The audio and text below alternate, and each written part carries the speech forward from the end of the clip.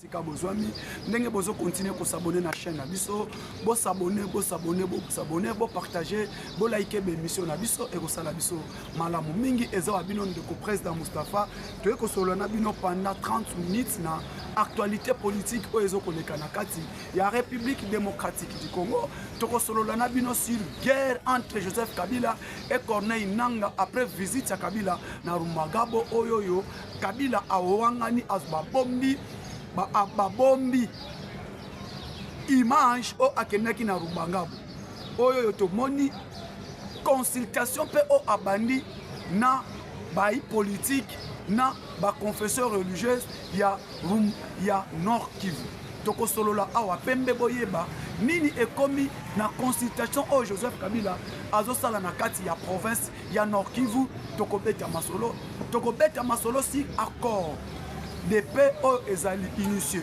par les Américains na Qatar entre la République démocratique du Congo o azali na copine et le Rwanda o pe aza na copine toko beta masolo awa bayi congolais mani nyonso tout o bolandaka mwana mboka président Moustapha abonnez-vous partagez, likez l'émission, abonnez-vous, partagez et likez l'émission et que ça la biso malamu mingi na pesi ba mbote nyo surtout na banpangi na munu ya ba Congo ya Matadi mais pesa beno ba mbote bana no Kivu bana ya moi bapangi ya munu ya Bandundu na pesi bino ba mbote bwana kimvula bwana kimpese boza na Mwanda boza na Boma boza na Mbanzangungu Kisantu partout bozali na pesi bino ba mbote ebele bo s'abonner bo partager ba eboza na Nord Kivu na Sud Kivu na Ituri na Maniema na Tanganyika na Okatanga partout na Lualaba na pesi bino mbote ba ebwana Kasai mabele mame na pesi bino ba mbote ebele na bana kini ya propre Europe mobimba papa Philbert Bosselu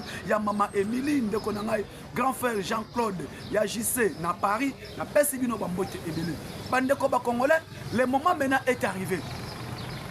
Joseph Kabila est arrivé na Goma. Kabila a commis na Goma. Tomoni biso nyonso na bilili que Joseph Kabila est à Goma.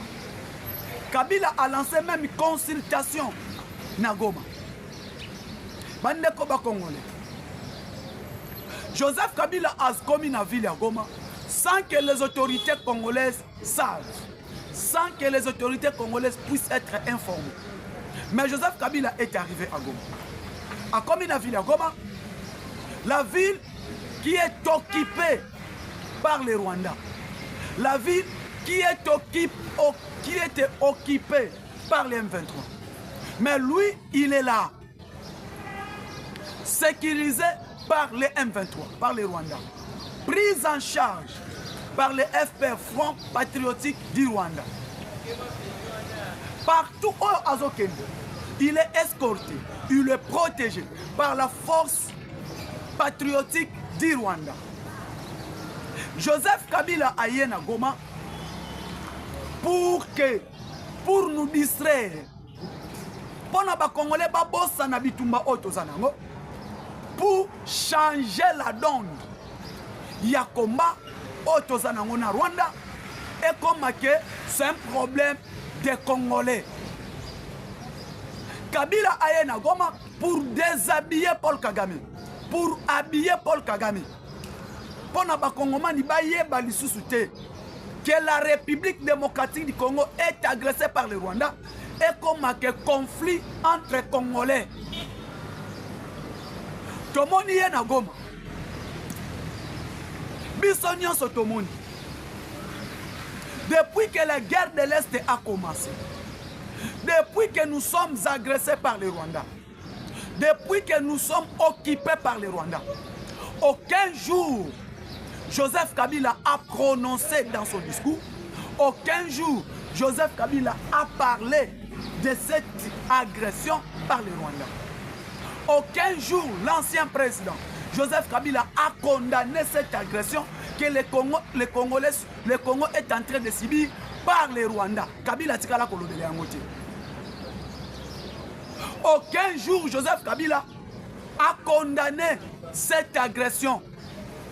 Même qu'on condamné à condamner, même qu'on lobela à lobelate, même qu'on sala boy à sala et l'autre côté, mais subitement, Bakongomani Bamoni, l'ancien président a quitté na Goma. alobi discours na ye.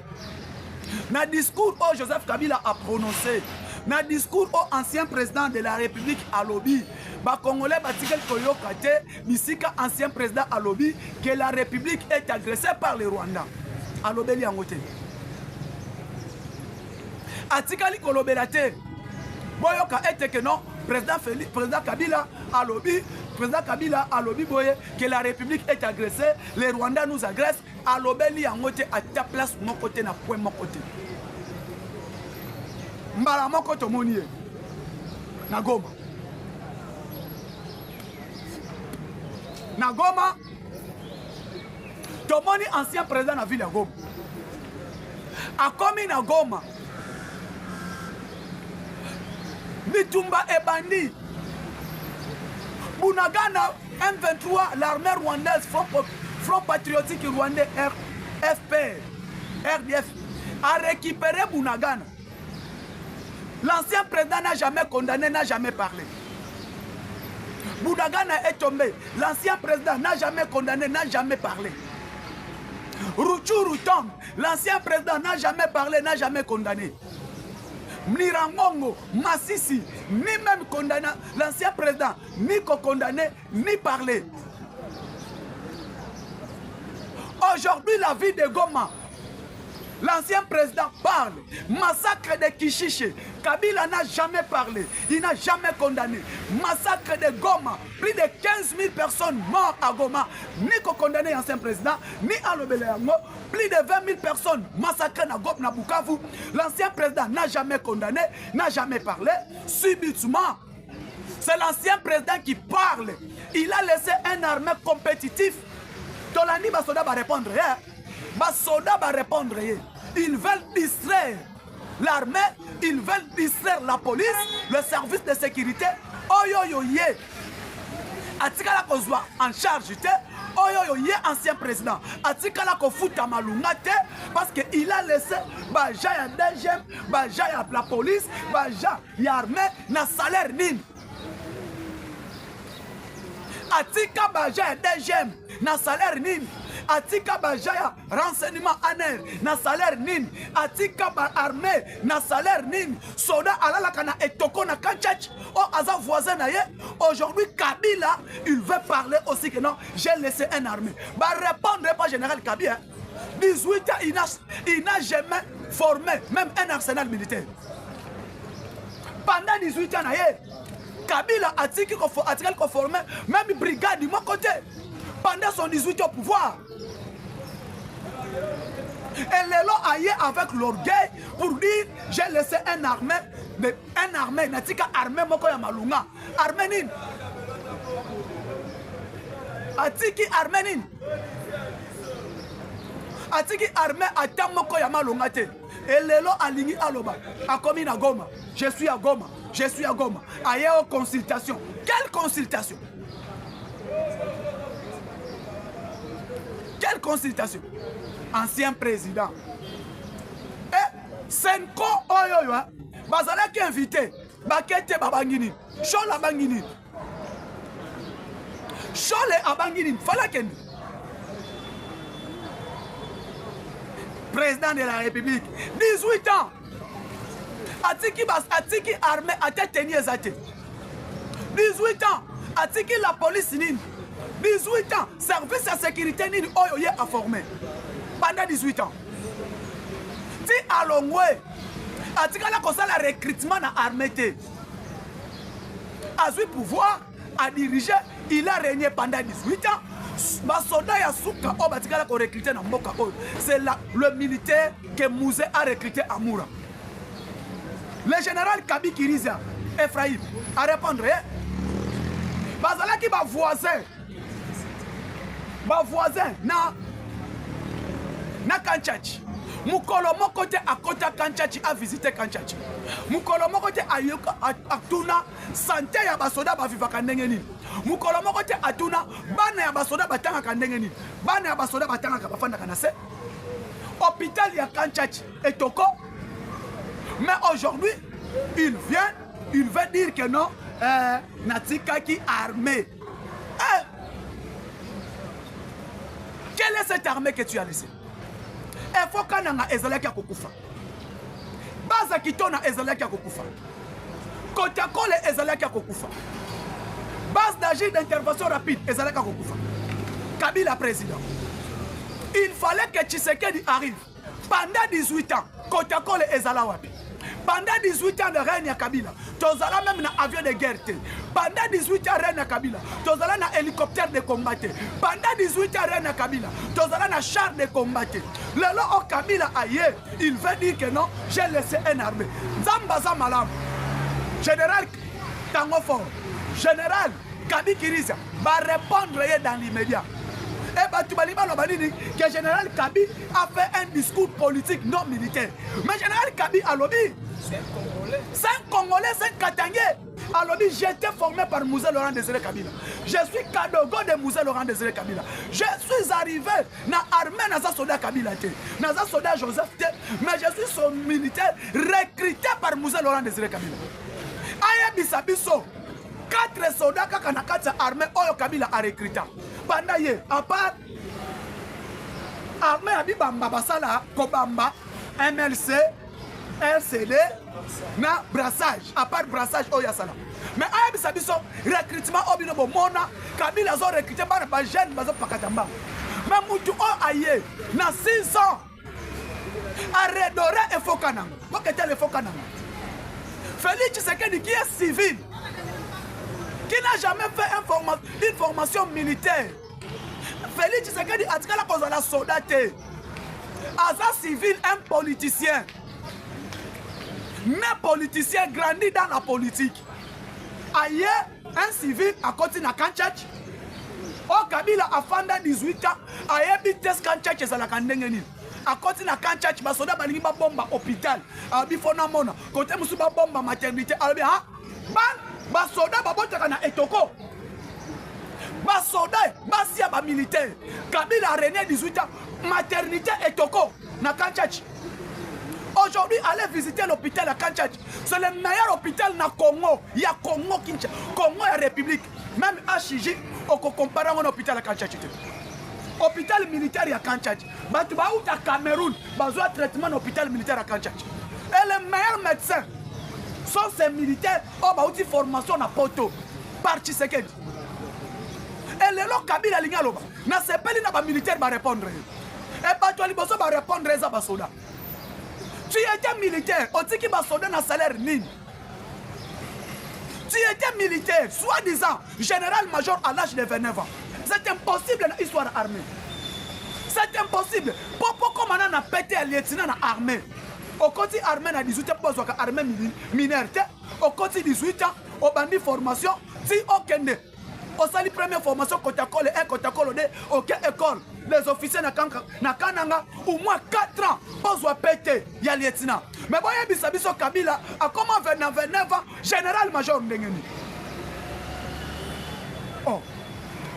Mutuma wa utine ba Rwanda kuna na nini na yo tambola na mwana kazi ya James Kabarebe ba présenter. Toza na ba vidéo. Oh. Bango balingi ba vidéo bi manzamba za malamu. Ba utu ya Rwanda bango mabandeko na bango Rwanda ba bimisa ba vidéo. Aouti ko consulter. Azo consulter na Goma. Ah consulter ba Congolais. Ceux qui sont en Goma actuellement. Les politiciens qui sont en Goma sont des Congolais.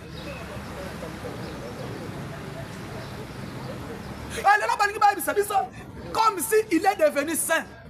Bande konanga qui vivre na Kabila à 18 ans. Yebisa biso. Mboula ni bomona formation militaire à Kabila. Na kotakole soldat na biso parachuté pendant 18 ans.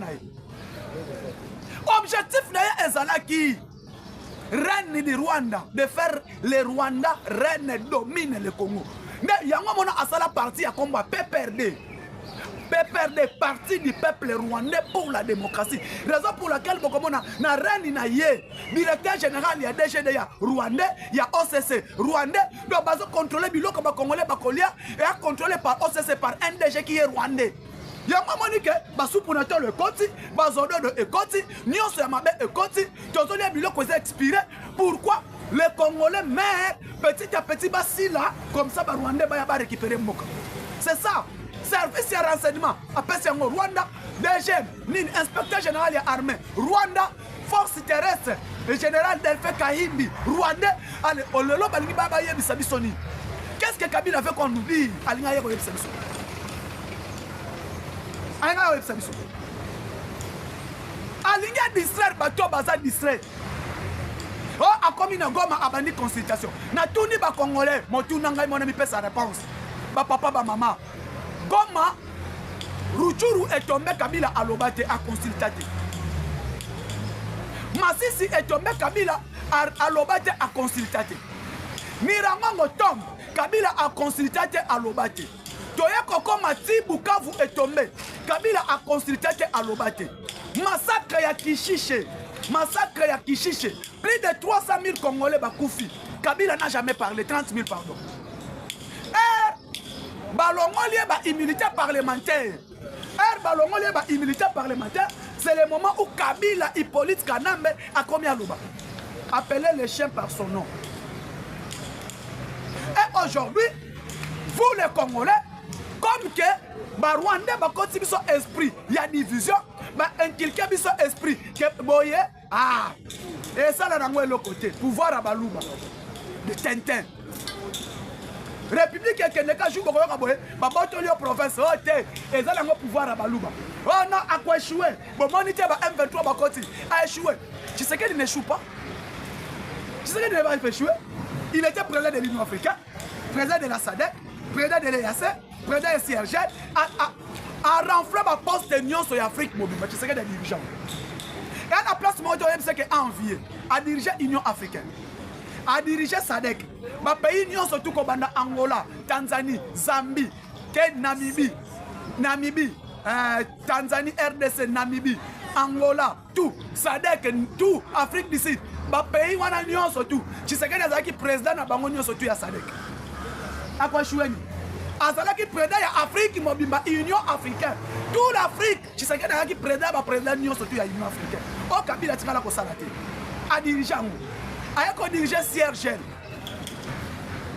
Ma communauté des pays des Grands Lacs a dirigé ngo. A ko diriger EAC à Kamba yango. A ko diriger à Kokade d'Addis Abeba à Kamba yango. Pendant 5 ans a dirigé Nyon surtout. Ma première médiation, il y a conflit entre Égypte, Éthiopie et Érythrée à réussir ça. Donc, il y a un lot comme moi, tu sais qu'il dit à quoi on vient sous Akamba d'Afrique, Akamba tout. Et yo olungoya olobakeno est allié et Zabino Balouba Congo ke oko sutuka un jour cap Rwanda à Kotolio nanda à Botolio tout. Pourquoi? Parce que tu es distrait par ancien pouvoir, ancien régime, il y a Kabila. Bande de connaissances en sujet. Kabila, ailleurs, parce que Kagame sent pression au Azui, Libanda. Parce que pour le moment, les Congolais doivent comprendre, il y a un accord qui sera signé bientôt là. L'accord de paix entre les Rwandais et la RDC. Le Congo, nous avons déjà eu notre copie. Les Rwandais aussi ont déjà eu son copie. Maintenant, qu'est-ce qu'ils veulent faire? Ils veulent maintenant garder, protéger l'image de Kagame. Herbe comme prête, parce que l'objectif là-bas, c'est intensifier le combat. Pendant que le combat intensifier le combat, Kabila a intensifié le combat. Après, quand on a signé un accord de paix, il y a un problème à Rwanda. Pour le moment, il y a un problème à Congolais. Kabila n'a tout console. Maintenant, les Congolais ont été. Les Congolais qui vivent dans la médiocrité, les Congolais médiocres, les Congolais qui vivent dans la médiocrité, qui seront distraits. Bon, le discours de Kagame, problème il y a Congo. Problème il y a Congolais. Le pays est agressé par les Rwandais pour dire que non, non, ils ont un Rwanda, la Kabila à côté. Néomoni Kagame aligné à masquer. A bombi face naye, a bimisi face. Comme si c'est Kabila, le Congo a un problème de Congolais. Pourquoi? On a posé question. Rwanda, Goma, dirigeant actuellement, c'est le Rwanda. Et à côté de l'armée rwandaise qui sont à Goma. Mais quand Kabila a continué à Goma, banani bazo sécurisé, Rwandais.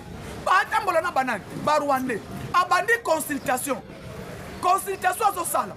Banani bazana katiwana, Rwandais. Si ko herbe kolobela bino que non. Ce n'est pas les Rwandais, c'est le problème du Congo. Pour vous dire que non, bon, Oh bandeko na ye babolole. Politicien il est venu pour la paix, il va consulter. Mais quand la vie de Goma, quand la guerre a commencé, pourquoi Kabila n'a pas eu le temps de consulter à Bunagana? Tant que massacre ça a consulté. Et na loba kiango, na moni ayambi ba société civile, ayambi ba église catholique ya Goma. Azo consulter l'église catholique, les CC, les musulmans, armée d'Isali a consulté Bamokula. Mais Nathalie va figure en amoni. Ce sont des pasteurs rwandais. Et je suis surpris. Nathalie va figure où ils ont consulté. Ce sont des Rwandais. Il est en train de consulter les Rwandais. Parce que consultation wana, fallait qu'on s'en aille à Kinshasa. Tangu bitumba ebani, fallait à consulter l'ende awa. Mais pourquoi à consulter awa? À consulter la zone où ils sont occupés par les Rwandais. C'est quelle intention? Un ancien président, le pays est en guerre, un ancien président qui touche les armes contre son propre pays. Parce que AFC M23 Ezayaye na Kagame. 2013 le M23 va côté la biso. Babotola Goma Bukavu Timaniema. Le président Kabila n'a pas consulté. Le président Kabila, l'ancien président, il n'a pas consulté. Et le Nathan Wana a dit ça, biso to kanisa ke ba M23 baza nini. Nzoka ba M23 et a balé na ye. Parce que ba yambi ba pesi honneur militaire. Ba tambousse na tapis rouge, ba M23 na Goma. Bandeko, est-ce que lelo yoko longwa awa ozui avion okiti Goma. Ba yoki outi Kinshasa ba koboma yo. Et comment y a commis à côté li par Kigali afandi yango na yebisa ba Congolais Kabila afanda na Goma. Afanda na Goma bano bomela biso makambo à peine tu comme comprendre. Et lelo na sepeli kaka na discours wa basoda ba discours wa basoda on va répondre yé c'est voilà maintenant nous avons maintenant une armée tangu ayobi que non atira ki armée à kitoko basoda va répondre na salaire à 50 $, na salaire à 130 000. Salaire il y a 130 000 hôpital les athées. Basi na biso basoda wa note kanunda. Basi na biso basoda wa noko mikosenga na nzela. Et lelo basi ya basoda to komi na hôpital à kitoko, to komi na salaire à kitoko, basi ya basoda ba bito komi poko cha kabelo na mutu. Afanda atika okota kancha chiteka nkokolote pendant 18 ans. Atika ko visiter Kibomango te, atika ko visiter Kotakolo te, atika ko visiter Efoka Nangate. Aye bisabiso que non, j'ai laissé l'armée compétitive. Quelle armée? Quelle armée? Et lelo a bandi consultation, il est en train de consulter les Rwandais au profit de déstabiliser la République. Mais au moins, elle a découvrir quand les États-Unis font pression à Kagame, ils devraient signer l'accord de paix. Bapesi copie à Congo, bapesi copie à Rwanda. Le 15 juin, il faut accord de paix et à la signer. L'M23, l'armée rwandaise, pour tout États-Unis M23, il parle les Rwanda doit se retirer dans la République démocratique du Congo. Babengani ndekona, abengi petit à petit na ye. Kabila yaka, récupérer bon pour nous distraire. Et taba distraire, bino bango balongwe, Kagame aloba ngai tenga na signaki et comme que ba Congolais ba sola bango moko. Ba kumba biso na Sun City Day. Bon na yoko zawa. Ba kumba biso na Sun City Day. Sun City Day on a to kende nini? Bo kende ko négocier bo solo là, bo former 1+4 ba Rubero ba Kota, ba Nyarugabu ba Kota, Kabila Azonga, bo former 1+4 république ezongi ici. Yango Maoni, il a laissé le Congo avec quel budget? Atiki Congo na budget ni, Atiki Congo na bateau ni, Atiki Congo na avion ni, Atiki Congo na eloko nini. Oh tokolo ba eti soto tali eloko. Ah Joseph Kabila merci. Le lot total à centre culturel, c'est Tshisekedi. tozotala centre financière c'est Tshisekedi arène ezotongama c'est Tshisekedi centre de sport alakisa biso meuble o Kabila tiki na Congo o tokotala sauf que abongisi ye azwi mbongo atongi ba immeuble na ye a créé ba entreprise na ye a pillé ya Congo abomi pona kotonga e ya ye. Et quand il a vu la République signe l'accord avec les États-Unis, il y a 500 milliards. Oh, les Américains balobi toujours ko tia ba banque na Congo parce que si les loba congolais faut ko tia na mutu na bino, rani nyoso Kabila siko créer banque na Congo. Oh, il y a des banques moko Congo tchelanga na commentaire komelanga. Que banque oh ya RDC Kabila mutu salango pendant 18 ans. Tshisekedi a un projet azong sa banque de Kinshasa, guerre à M23 bandi. To sengi effort de guerre. Ba ebisa biso. Banque o Kabila atiki o yo omoni congolais que banque o ya ba congolais na ko ke nazwa crédit na defa mbongo na banque ya Congo beya banque ya bafuka ya baka yani o msusu wana banque ya Mesesamiko Dangote ya Nigeria o yo yo kera banque ya ba indien ozui banque wana tembe banque ya ba libanais ozui Equity BCDC ba Kenyan en partenariat na Congo banque nini au Congo o Kabila atikeli ba congolais. Il a dit qu'il a dirigé la République en paix. Il a laissé la paix. La paix qu'il a laissée dans quel coin? Quand Kabila a zongo na pouvoir, Bitumbaka mwana sa poezali. Na Kasai. Atiki Kasai na Kimiate, atiki Bakatakatanga, atiki Kodeko, atiki ba Maimai Mazembe, Maimai Vita, Maimai Lupopona, Maimai Desempe. Atiki mwana Est. Ba Maimai ne sont des groupes armés. Mais il y a solo. Atiki ba Maimai Mazem, ezalaka déjà na Est. Maimai Bakatakatanga, atiki Maimai Wiplu Popo, Maimai Vita et Salema, na Maimai Desempe. Et tu as Salema Maimai Renaissance. Ba Maimai wana eza ba groupe armé, o ba bomaka ba congolais na Est. Ce qui a le but est Congo na Kimia. Na pas qu'en 2018, pourquoi élection Salema na Benité? Pourquoi élection Salema na Boutemboté? Parce que élection Touro et Salemi na Beni, grâce à imposition. Ah, il y a les généraux, lieutenant général, Luboya Kashamadjoli, Oumela Nao, le notre futur chef d'état-major général. Na omoni akoko koma na Ituri. Kabila, ce qui a risqué, Ali Amane na Nord Kivu. Kabila, ce qui a risqué, Bali na Nord Kivu. Par les Ouazalendo de Félix Tshisekedi. Les Ouazalendo, Otobenga ba réservistes et armés. Les voyants Ouazalendo. Otobenga lelo, quand on a ba Ouazalendo, ba réservistes et armés. Oh Tshisekedi Asali, loi à programmation militaire. Et c'est loi à programmation militaire. Aujourd'hui, nous avons les Ouazalendo, les patriotes. Ba Ouazalendo oba telemi. Fachi Beto a Telemi, Ouazalendo a Telemi. N'a eloko na zoloba. Ba Congolais. Beto simbana, to simbana. To simbana ba papa na ba mama ba ndeko na ba Congolais. Soyons unis. To simbana biso na biso. Poto bundela Congo bendele ekweya te. Bendele ekoki kokweya ka jamais. Lelo oyo sobo mona. Parce que bazo convier Congo. Kagame alobi na komi prêt na ya kosomba minéraux na porte. To solo na Félix Tshisekedi. Mbala moko Kabila alobi ke na zozo. Kagame alobi naza prêt na ya na Congo to somba minéraux. Ndenge to solo ki na Félix Tshisekedi. Et alobi bongo pona nini? Pression ya États-Unis Moïse Katumbi ayoki oya monia. Et au moment où il y a moi si la diplomate congolaise. La diplomate sa carrière, Kaikwamba, a aussi désactivé le passeport diplomatique à Joseph Kabila. Pourquoi désactiver le passeport naïba congolais? Le passeport diplomatique de Joseph Kabila a été désactivé par rapport, il n'a pas respecté son statut de l'ancien président. Parce que Nyonso Kabila a vu Kanda a consulté les immunités parlementaires. Lever des immunités parlementaires à Joseph Kabila, et que pendant la guerre à l'Est, tout ce qui se passe au Congo, Kabila est resté passif, il ne parlait pas.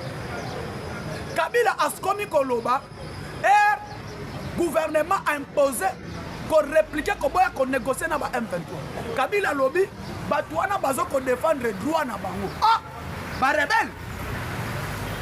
M23. Yo loba ke obundisa. Le lo comme côté la M23. Que Batouana bazo revendiquer droit na bango. Ah. Et puis sortie médiatique na asali na Jeune Afrique. Comment un président qui parle seulement na chaîne rwandaise? Émission asali et publié dans la chaîne rwandaise. Comment un ancien président qui parle tellement na Jeune Afrique, la chaîne Oka Kabila mais à l'obéla. Et c'est la même chaîne Kabila qui parle dans la chaîne rwandaise. Et basali frona Moïse Katumbi pour contrer accord au Congo assigné aux États-Unis pour bénéficier 500 milliards. Ba aider biso na économie, ba aider biso na ba autoroute, ba aider biso le lobo moni o ba ken aéroport. Bo ken ne ba clôturer aéroport na biso, ken de kota na kati o mona misala ba sala biso aéroport international ya Congo. Et c'est la toute première fois. Oyo wana za la aéroport te, ba tela biso gare. Même aéroport ya Luala ba eleki yango. O Tshisekedi ya tongi ya Luala ba eleki ya njini. Même aéroport ya Kamora ya Kisangani, o Tshisekedi atongi actuel eleki ya njini. Même aéroport il y a Bunia, oh bazo tonga, eleki ya njini. Tozaka na aéroport te. Aéroport on est international te. Ba bandi ko tonga, pourquoi Tshisekedi veut connecter toute la République. Toza la connecter avec ce programme, il y a PDL 145 territoires. Et c'est là qui bénéficie pour nous les Congolais. Et comment un ancien président a boyi biloko tuwana. A quel obani na États-Unis, na RDC minéré ezalaka te. Minéré wana ezalaka ya batu. Eza minéré à Moïse Katumbi, na minéré na ngai. Bon, à Moïse Katumbi, on va tellement que match à Mazembe. Mazembe est un grille, comme MCK. Navareza Mazembe. MCK qui veut dire Maïni Compagnie Katanga. Signification de Moïse Chapoe Katumbi. Eza compagnie à Moïse Katumbi ya minéré. C'est comme ça que le gouvernement a lobby, non? Un parti, bateau yo ba bomi chez Camille. Va créer une société na bango.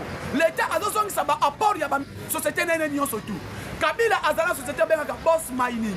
Boss Mining eza yé actionnaire naba anglais. Fati alobi non. Nyon soyo eza biloko chez Camille. Photo zong sa chez Camille. Kanda bomoni bakesa la front des étrangers. Moïse Katumbi na Kabila basangani. Baka ko contrat accord ya Congo na États-Unis d'Amérique. Donc bango bakelo banini na Congo toza na minéralité. Minéré wana eza ya bango. Nyonso minéré à Congo, eza leza na ba Congo, eza leza na Katanga. Nyonso tu wana ya des personnes. Tondi mayango.